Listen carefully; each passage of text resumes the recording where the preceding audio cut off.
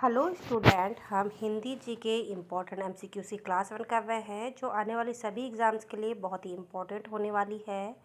So please आप हमारी class में बने रहिए। यदि आपने हमारे चैनल को लाइक, सब्सक्राइब और शेयर नहीं किया है तो जाके कर दीजिए। बेल आइकन को दबा के रखिए ताकि आने वाली सभी क्लासेस की नोटिफिकेशन आप लोगों को मिलती रहे। तो चलिए स्टार्ट करते हैं। आज की क्लास में हम गुप्त साम्राज्य के बारे में जो इम्पोर्टेंट एमसीक्यूज़ है उनके बारे में डिस्कस करेंगे। आप लोगों को कोई दिक्कत नहीं होना चाहिए क्योंकि हम ऑलमोस्ट इसके बारे में डिस्कस कर चुके हैं। वही है कि अभी हम जितनी भी क्लासेस होगी इनमें डीप में डिस्कस करेंगे। तो चलिए डिस्कस करते हैं। नाउ फर्स्ट क्वेश्चन इज गुप्त साम्राज्य के स्थापक कौन थे? ओके, जो गुप्त साम्राज्य थे उसकी स्थापना किसने की थी? Option A Samudragupta, option B Chandragupta प्रथम, ऑप्शन सी चंद्रगुप्त द्वितीय, option D Skandagupta. Okay, now right answer is Chandragupta प्रथम। ओके, जो चंद्रगुप्त प्रथम थे ने 320 ईस्वी में गुप्त साम्राज्य की स्थापना की थी। ओके, कब की थी? 320 ईस्वी में। Okay, now next question, Gupta काल का प्रसिद्ध गायक कौन था? ठीक है, जो गुप्त काल है उसमें गायन की जो शैली होती थी उसमें प्रसिद्ध गायक कौन थे? Option A Kalidas, option B Varahamihira, option C Bharat Muni, option D Banabhatta. Now right answer is Kalidas. Okay, Kalidas Gupta काल के महान कवि और नाटककार थे। उनकी रचनाएं शकुंतलम और मेघदूत प्रसिद्ध है। ओके, आज भी आप शकुंतलम और मेघदूत के बारे में हिंदी उपन्यास पढ़ेंगे तो उसमें आप डिटेल में इसको पढ़ सकते हैं। तो ये कब के? गुप्त काल के समय के ये कवि और नाटककार थे Kalidas ji. Okay, now next question, Gupta साम्राज्य की राजधानी क्या थी? Option A Pataliputra, option B Ujjain, option C Kashi, option D Kanchi. Now right answer is Pataliputra. Okay, जो गुप्त साम्राज्य की राजधानी पाटलिपुत्र थी जो वर्तमान में पटना के रूप से में जानी जाती है। पाटलिपुत्र पुराने समय में राजधानियों के लिए बहुत ही या फिर विशेष शहर के लिए बहुत ही इम्पोर्टेंट जगह मानी गई है। ओके, क्योंकि आप यदि मौर्य साम्राज्य में भी देखते हैं तो पाटलिपुत्र का आपको वर्णन मिल जाएगा और गुप्त साम्राज्य की तो राजधानी ही है Pataliputra. Now next question, Gupta साम्राज्य के किस सम्राट को भारतीय सैन्य कला का सूर्य कहा जाता है? Okay, option A Samudragupta, option B Chandragupta प्रथम, ऑप्शन सी चंद्रगुप्त द्वितीय, option D Skandagupta. Now right answer is Samudragupta. Okay, जो समुद्रगुप्त को उनकी सैन्य उपाधियों के कारण भारतीय सैन्य कला का सूर्य कहा जाता है। Okay, now next question, Gupta काल में कौन सा धार्मिक ग्रंथ लिखा गया था? Option A Bhagavad Gita, option B Mahabharata, option C Panini की अष्टाध्यायी, ऑप्शन डी वेदांत सूत्र। ओके, तो जो धार्मिक ग्रंथ लिखा गया था वो था पाणिनि की अष्टाध्यायी। ओके, तो क्या है? पाणिनि ने संस्कृत भाषा में व्याकरण को संकलित किया जो अष्टाध्यायी के रूप में प्रसिद्ध है। Okay, now next question, Gupta साम्राज्य का कौन सा प्रसिद्ध राजा था जिसे गुप्त काल का मसीहा कहा जाता है? ठीक है, option A Samudragupta, option B Chandragupta द्वितीय, option C Vikramaditya, option D Skandagupta. Now right answer is Chandragupta द्वितीय। ओके, जो चंद्रगुप्त द्वितीय है को साम्राज्य विस्तार और कलात्मक योगदान के लिए गुप्त काल का मसीहा कहा जाता है। Okay, now next question, Gupta काल में बौद्ध धर्म के किस बौद्ध आचार्य का योगदान रहा है? ठीक है, जो बुद्ध काल में बौद्ध धर्म का प्रचार प्रसार करने के लिए किस बौद्ध आचार्य का योगदान रहा है? Option A Nagarjuna, option B Vasubandhu, option C अश्वघोष, option D Upali. Now right answer is Nagarjuna. Okay, जो नागार्जुन ने बौद्ध धर्म के महायान संप्रदाय का विस्तार किया और बौद्ध दर्शन को महत्वपूर्ण योगदान दिया। ओके, कौन थे? कब? गुप्त साम्राज्य के समय Nagarjuna. Now next question, Gupta काल के प्रसिद्ध खगोल शास्त्री कौन थे? ठीक है, मैंने आपको पहले ही बताया जो गुप्त काल है अपनी कला, अपने विज्ञान, अपनी संस्कृति को बढ़ाने के लिए बहुत ज़्यादा फेमस रहा है। ओके, तो अब देखिए इसमें खगोल शास्त्री जो हम कहना चाहिए कि साइंस आज पढ़ रहे हैं उससे भी कहीं गुना ज़्यादा लोगों को पहले ही सब कुछ पता चल गया था। आज जो चीज़ हम सैटेलाइट के थ्रू देखते हैं, जो आज के साइंटिस्ट डेवलप करते हैं, पुराने समय में भी ये सारी चीज़ें थी, बस अब ये है कि हम लोगों को उन सब चीज़ों के बारे में भी पता नहीं है। यदि पता करेंगे तो पुराने, देखिए जो पुराने भी महीने हैं वो पूरे सौरमंडल के हिसाब से चलते थे। ठीक है, जो हमारी कहना चाहिए कि जितने भी नक्षत्र है, ग्रह है, ये सारी पहले भी खोज हो चुकी है पहले से ही। ओके, ये कोई नया नहीं हुआ है, अभी पहले बहुत पहले हो चुका है ये। तो देखिए उस समय भी खगोल शास्त्री हुआ करते थे। तो खगोल शास्त्री उस समय के कौन थे? आर्यभट्ट जी। ओके, जो आर्यभट्ट का नाम अभी भी बहुत फेमस है। ठीक है, आर्यभट्ट गुप्त काल के प्रसिद्ध गणितज्ञ और खगोल शास्त्री थे। उन्होंने ग्रहों की गति और आकाशीय घटनाओं पर शोध किया। ठीक है, देखिए मैंने आपको जो अभी थोड़ी देर पहले बताया वही बात है। अब बताइए गुप्त काल कब का है? 320 ईस्वी से चालू हुआ ये। तो उस समय भी हमारे पास खगोल शास्त्री हुआ करते थे, गणितज्ञ हुआ करते थे।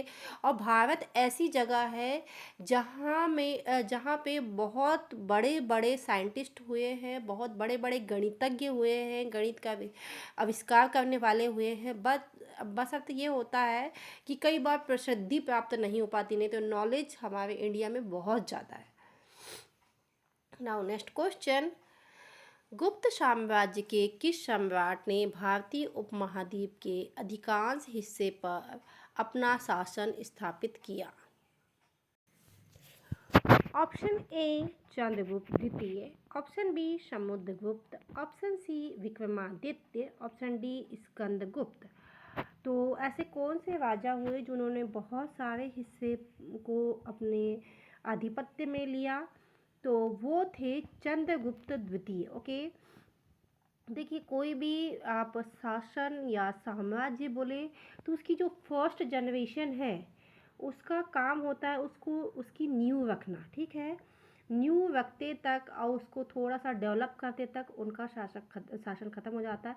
लेकिन जो सेकंड जनरेशन होती है उसकी रिस्पॉन्सिबिलिटी बोल सकते हैं या फिर उसका काम होता है उन चीज़ों को आगे लेके जाना। तो देखिए पहले चंद्रगुप्त प्रथम ने क्या किया कि न्यू रखी, लेकिन चंद्रगुप्त द्वितीय ने देखिए इसी में गुप्त साम्राज्य को चरम उत्कर्ष पर पहुंचाया और भारत के अधिकांश भागों पर विजय प्राप्त की। उनको एक बेस मिल गया, चंद्रगुप्त प्रथम ने एक बेस दिया द्वितीय को, और द्वितीय ने वो क्योंकि वो भी उतने ही प्रबल राजा थे तो उन्होंने अपने राज्य को काफ़ी डेवलप किया। ठीक है, ये चाहे आप एक फैमिली के बारे में ले लीजिए, चाहे आप एक साम्राज्य के बारे में ले लीजिए, चाहे आप एक देश के बारे में ले लीजिए, यदि जहाँ पे भी ऐसा होता है तो क्या होगा कि एक जनरेशन न्यू रखेगी, दूसरी जनरेशन उसको डेवलप करेगी। यदि आप सक्षम है तो, या फिर जो भी शासन कर रहा है वो यदि सक्षम है तो। ठीक है, नाउ नेक्स्ट क्वेश्चन, गुप्त काल में कला और संस्कृति का कौन सा प्रमुख रूप प्रचलित हुआ? ऑप्शन ए गुप्त वास्तुकला, ऑप्शन बी महल कला, ऑप्शन सी मुगल कला, ऑप्शन डी राजपूत कला। नाउ राइट आंसर इज गुप्त वास्तुकला। काल में वास्तुकला का विशेष विकास हुआ, जिसमें मंदिरों और अन्य संरचनाओं का निर्माण हुआ। नाउ नेक्स्ट क्वेश्चन, गुप्त साम्राज्य के दौरान आधुनिक अंक गणना की प्रणाली का आविष्कार किसने किया? Option A Aryabhata, option B Varahamihira, option C Brahmagupta, option D Panini. Okay, now right answer is Brahmagupta. Okay, जो ब्रह्मगुप्त ने शून्य का और ऋणात्मक संख्याओं की का परिभाषित किया और अंक गणना में महत्वपूर्ण योगदान दिया। ओके, कौन? ब्रह्मगुप्त। ओके, क्या किया इन्होंने? शून्य की खोज की, ऊपर से क्या किया? ऋणात्मक संख्याओं को परिभाषित किया, अंक गणित की शुरुआत की। परंतु मुझे इस चीज़ में कन्फ्यूज़न है, क्योंकि जहाँ तक मैंने सुना है आर्यभट्ट का नाम इसमें ब्रह्मगुप्त दिया हुआ है। एक सेकंड, मैं इसका कन्फ्यूज़न दूर कर देती हूँ आपको।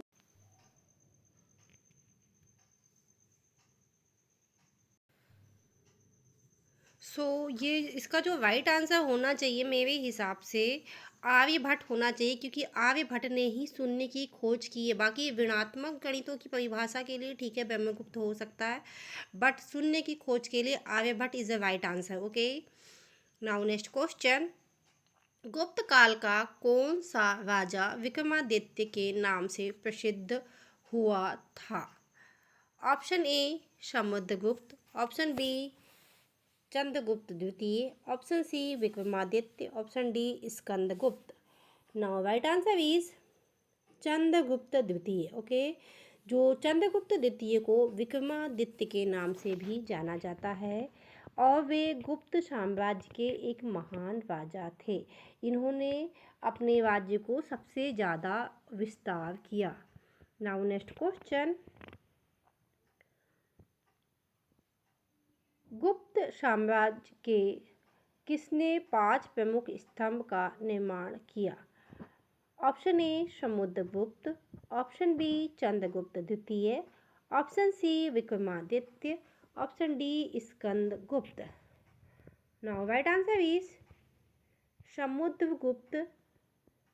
जो समुद्रगुप्त ने क्या किया? गुप्त साम्राज्य के सैन्य विजय और अन्य महत्वपूर्ण कार्यों के लिए 5 प्रमुख स्तंभ का निर्माण किया था। किसने? समुद्रगुप्त ने। नाउ नेक्स्ट क्वेश्चन, गुप्त साम्राज्य का कौन सा राजा भारतीय इतिहास में सैन्य कला का सूरज के रूप में जाना जाता है? ठीक है, ऑप्शन ए चंद्रगुप्त द्वितीय, option B Samudragupta, option C Vikramaditya, option D Skandagupta. Now right answer is Samudragupta. जो समुद्रगुप्त है भारतीय सैन्य कला का सूरज कहा जाता है, क्योंकि उन्होंने कई सैन्य अभियानों में सफलता प्राप्त की थी। Okay, now next question, Gupta साम्राज्य के दौरान किस नायक का योगदान नाट्य कला में था? यहाँ पे नाट्य कला की बात हो रही है। Okay, option A Bharat Muni, option B Kalidas, option C Banabhatta, option D अश्वघोष। Now right answer is Bharat Muni. Okay, जो भरत मुनि ने नाट्यशास्त्र लिखा और भारतीय नाट्य कला का सबसे महत्वपूर्ण ग्रंथ माना जाता है। ठीक है, कौन सा? नाट्यशास्त्र। नेक्स्ट क्वेश्चन, गुप्त साम्राज्य में किसने गुप्त लेख को प्रचलित किया था? Option A Samudragupta, option C B Chandragupta द्वितीय, option C Vikramaditya, option D Skandagupta. Now right answer is Chandragupta द्वितीय। चंद्रगुप्त द्वितीय ने गुप्त लेखों को प्रचलित किया जो लेखन शैली में एक महत्वपूर्ण बदलाव लाए थे। नाउ नेक्स्ट क्वेश्चन, गुप्त साम्राज्य के समय किस एक प्रमुख व्यापारिक वस्तु क्या थी? ठीक है, गुप्त साम्राज्य के समय से कौन सी प्रमुख वस्तु थी जिससे व्यापार किया गया? ऑप्शन ए चाय, ऑप्शन बी मसाले, ऑप्शन सी रेशम, ऑप्शन डी सोना। नाउ राइट आंसर इज मसाले। ठीक है, तो क्या हुआ, गुप्त साम्राज्य के दौरान सबसे ज़्यादा किस चीज़ का व्यापार हुआ? मसालों के व्यापार में अधिकता आई या अधिक बढ़ा। आपको पता होना चाहिए कि जो हमारा इंडिया है मसालों के लिए बहुत ही ज़्यादा फेमस है। हमारे यहाँ पे बहुत ही ज़्यादा जड़ी बूटियाँ या मसाले बोलो, हमारे देश के मसाले बहुत ज़्यादा फेमस है आज भी। नाउ नेक्स्ट क्वेश्चन, गुप्त साम्राज्य के किस सम्राट ने दक्षिणी भारत के चोल और पल्लव राजाओं से युद्ध किया था? हम लोगों ने चोल और पल्लव राजाओं के बारे में डिस्कस नहीं किया है। इनका भी एक अपना अलग साम्राज्य रहा है, इनके बारे में भी हम लोगों को डिस्कस करना है। इनके बाद में हम लोग चोल और जो पल्लव राजा है इनके बारे में ज़रूर डिस्कस करेंगे। Okay, now option A Chandragupta प्रथम, option B Chandragupta Samudragupta, option C Chandragupta द्वितीय, ऑप्शन डी स्कंदगुप्त। जो चोल और पल्लव राजाओं के साथ जो युद्ध किया था वो था चंद्रगुप्त द्वितीय ने। चंद्रगुप्त द्वितीय ने चोल और पल्लव राजाओं के साथ युद्ध किया और विजय प्राप्त की। Okay, now next question, Gupta काल के किस राजा ने नृत्य और संगीत को प्रोत्साहित किया था? ऑप्शन ए चंद्रगुप्त द्वितीय, option B Samudragupta, option C Vikramaditya, option D Skandagupta. Now right answer is Chandragupta द्वितीय। ओके, जो चंद्रगुप्त द्वितीय ने कला, संगीत और नृत्य को प्रोत्साहित किया जिससे गुप्त काल में सांस्कृतिक समृद्धि आई। Okay, now next question, Gupta काल में चित्रकला में किसका योगदान प्रमुख था?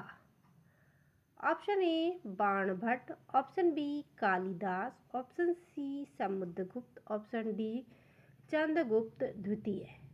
Now right answer is Chandragupta द्वितीय। चित्रकला में चंद्रगुप्त द्वितीय के समय में विशेष योगदान हुआ, खासकर अजंता और एलोरा की गुफाओं में। ठीक है, जो अजंता की गुफाएं और एलोरा की गुफाएं जो आज भी इंडिया में बहुत ही फेमस मानी जाती है, उनका डेवलपमेंट चंद्रगुप्त द्वितीय ने किया या उनको बनवाने वाले चंद्रगुप्त द्वितीय थे। Okay, now next question,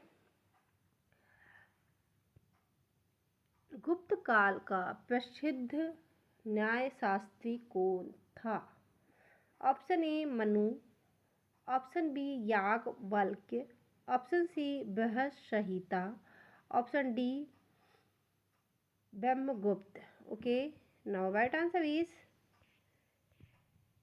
Yajnavalkya. Okay, Yajnavalkya ने गुप्त काल में न्यायशास्त्र की रचना की थी। ओके, जो न्यायशास्त्र है उनकी रचना करने वाले कौन थे?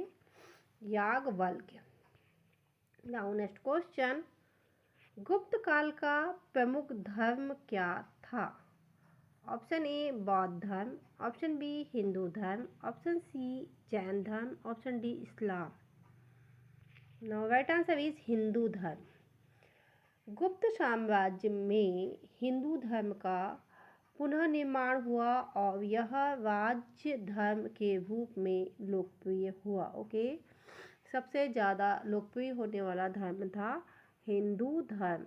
नाउ नेक्स्ट क्वेश्चन, गुप्त साम्राज्य के किस सम्राट के समय में विक्रम स्वतः की शुरुआत हुई थी? Option A Samudragupta, option B Chandragupta द्वितीय, option C Vikramaditya, option D Skandagupta. Now right answer is Vikramaditya. Vikramaditya के समय में विक्रम संवत की शुरुआत हुई थी। नाउ नेक्स्ट क्वेश्चन, गुप्त साम्राज्य में शिक्षा का प्रमुख केंद्र कौन था? Option A Nalanda, option B Taxila, option C Ujjain, option D Pataliputra. ठीक है, तो जो शिक्षा का केंद्र था वो कौन था? नालंदा। नालंदा विश्वविद्यालय गुप्त काल में शिक्षा का प्रमुख केंद्र था और यहाँ पर प्रसिद्ध विद्वान पढ़ने आते थे। ठीक है, नालंदा यूनिवर्सिटी आज भी फेमस है। Okay, now next question, Gupta काल में मुद्रा का निर्माण किस धातु से किया जाता था? ऑप्शन ए सोना, ऑप्शन बी चांदी, ऑप्शन सी तांबा, ऑप्शन डी पीतल। नाउ राइट आंसर इज सोना। ओके, गुप्त काल में सोने की मुद्राएं प्रचलित थी। इन मुद्राओं पर सम्राटों के नाम और चित्र अंकित होते थे। ठीक है, सो स्टूडेंट, ये थे महत्वपूर्ण एमसीक्यूज जो हमने गुप्त काल के बारे में डिस्कस किए। आगे और बहुत से एमसीक्यूज डिस्कस करने के बाकी है, सो प्लीज़ आप हमारी क्लास में बने रहिए। यदि आपने हमारे चैनल को लाइक सब्सक्राइब और शेयर नहीं किया है तो जाके कर दीजिए, बेल आइकन को दबा के रखिए ताकि आने वाली सभी क्लासेस की नोटिफिकेशन आप लोगों को मिलती रहे। आने वाली सभी एग्ज़ाम्स के लिए आप लोगों को best of luck. Thank you for watching.